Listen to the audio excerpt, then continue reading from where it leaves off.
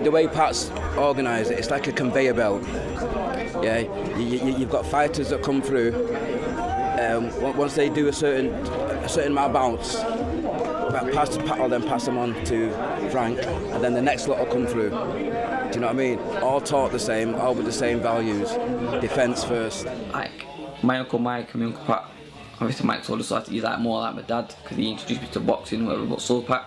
So they know what I like, and I trust him in my life. Can you tell us a little bit about what you do behind the scenes? Because a lot of people haven't really sort of, been introduced to you yet. What I do behind the scenes is I help with the promotion. I help putting the shows together. Black Flash Promotions carries on, and it's putting on these great small shows, giving fighters a platform. This is a lot of it now is in your hands to carry on the legacy. Tell us a little bit about yourself, being the older brother to Pat. Well, I'm obviously older than Pat. I used to be like the one he'd follow about, kind of thing. He'd copy everything I did, even down to the boxing, whereas I boxed first. Yeah. Pat followed me into the gym. He's one of those guys. He just took to it like a duck to water. And I ended up being his fan, if you know what I mean. Rather than doing my own training, I was watching what he was doing, and I was in awe. Yeah. Of the things that he was doing. Yeah. You know what I mean? And I was just so impressed with him. I don't know. I just became his #1 fan. Yeah. I used to follow him everywhere when he was fighting. We used to go running together, but I was still like, even though we trained together, yeah, I was like his fan. You know what I mean? Because I think he was that good. Yeah. And that's where it's been since. Yeah. So why boxing then for the both of you? You said that you went into the gym first. Why boxing? Combat sport. We did kung fu at first. Okay. Both of us, and then that wasn't contact enough. So we went into Thai boxing. Yeah. Thai boxing, and then I just decided that I'm going to give boxing a try. Yeah. Which I found a bit easier to navigate rather than having to use your feet and your hands. Yeah. It was easier to just navigate your hands. Yeah. You know what I mean? So I remember coming home one time after a fight. I lost my first four, believe it, and Pat saw the trophies. Oh, I want some of them. So then he came to the gym. You know what I mean? And like I said, he just took to it like a duck to water. Yeah. Yeah, it was good. It was good. So his life in boxing then. Tell us about your support for your brother through his boxing career. I supported him in everything. Everything. Like amateurs. Yeah. We lost our mother when we was young.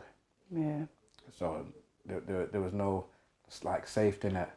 So I became like the father. Right. Figure. And we lived together, me and Pat, which is another story. Yeah. And I don't know, I was just always there for him. Yeah. And he for me. Yeah. Because we're a close-knit family. Yeah. And I don't know, he's my little brother. Yeah. You know what I mean? And I had to look out for him. Yeah. I mean, and that's just the way it was. Yeah. So when he decided that he was going to start the coaching, obviously when his boxing career as a fighter came to an end. Yeah. And he said, he's obviously had some kind of conversation with you, and he says, you know what, I'm going to start coaching fighters. Tell us a little bit about that, and then your involvement in that. Right. The coaching started a few years before Brian left. Yeah. Because he used to have little bits of coaching with the likes of Robin Reed, Yep. Scott Quigg, Yep. Thomas McDonough, I think it's stages. And then when Brian left the gym, it's like everybody left with him. Okay. It was like a ghost town. It was like Yeah. starting again from scratch. And when Pat said, listen, I'm going to build this place back up, Okay. we all looked at him and thought, it's going to be a struggle. Because Scott Quigg had just left the gym. Right. And he was like one of the main heads there. Yeah. But he did it. He did it. From the amateurs, Yeah. which was still strong, he turned it around and brought them through into the professional. Yeah. Like Lyndon, Zelfa. I can't remember else at that time, but there's a few, Yeah. 3 or 4, and he decided to train them, but also put on his own shows. Yeah. So he can showcase these fighters. Yeah. Which was a good idea. Yeah. So the end result was, it was like a conveyor belt. Yeah. The boxers would come through the amateurs, Yep. turn over with Pat, have a few professional fights, Yeah. then he'd refer them to Frank Warren Yeah. for the bigger stage, Yeah. and that's how it's been going. Yeah. It's been perfect. Yeah. But Pat, as a trainer, I believe he's one of the best trainers in the world. Yeah. I do. Yeah. His mindset then, he's sort of like, I don't know, I want your words on this really.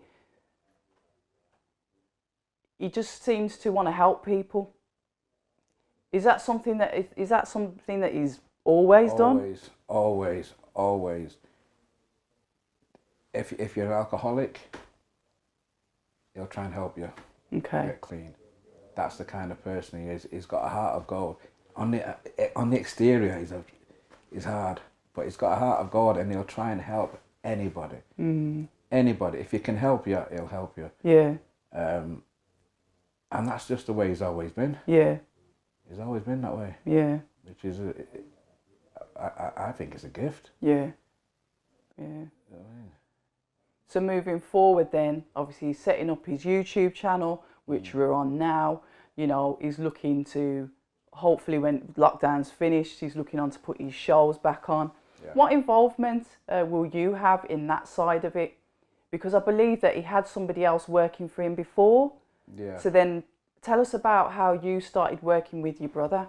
Yeah. A few years back now. Yeah. Yeah, like you said, he had somebody else working with him. Yeah.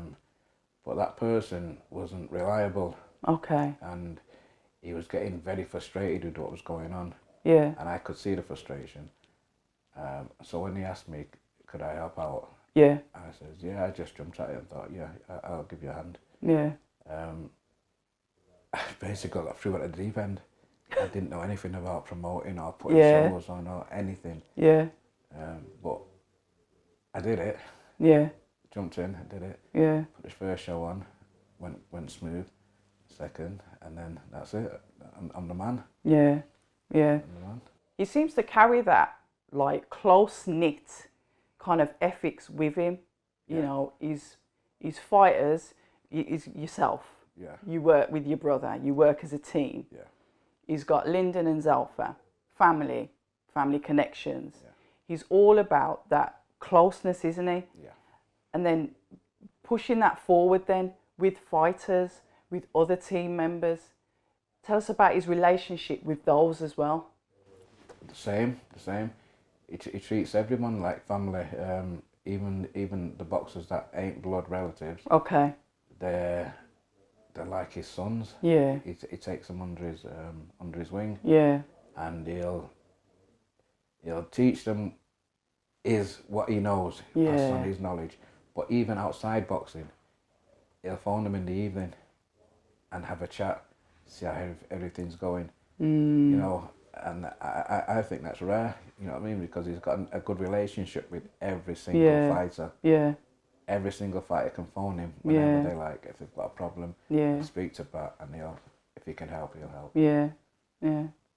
So from yourself then, Michael, what are we expecting then from the Black Flash promotions in the near future, alongside the YouTube channel that has recently been set up? What can we expect from that? Oh, you expect some good shows coming up. Yeah. I'm not sure where they'll be, but because of this COVID thing. Yeah. We've got some good fighters coming through. Yeah. And with the channel, it can help. What's the word I'm looking for? The up and coming fighters. Yeah, it can showcase their skills. Yeah. You know, and people can see what they're about. Yeah. And like, not like in the past, whereas no one could see these fighters that have not got a following, and that can't sell tickets. This way, people can see these fighters. Yeah. And become fans, hopefully. Yeah. And be impressed with what they see. Yeah. Because he has mentioned that actually, them not getting a chance to showcase themselves, and often them being left on the shelf. Some really good potential men that have been used as journeymen, but they're really good fighters. Yeah, yeah. And he was sort of like, as his own story, because that's how he started. And it's like he's almost giving them a platform, a voice to like say, hiya, I'm here, look out for me. Yeah, yeah, that's exactly what it is. Yeah. Exactly what it is. Is there anything else that you'd like to discuss? Anything else that I've missed off that you'd like to talk about? No, I'm just going to say there's exciting times ahead. Yeah. And we're all looking forward to it. Absolutely. Yeah. Can't wait to see you on some shows soon. You will. Thank you very much for your time. Lovely to speak to you, Myke Barrett. You too. I'm Abs from October Red on the Black Fash Boxing YouTube channel. Thank you.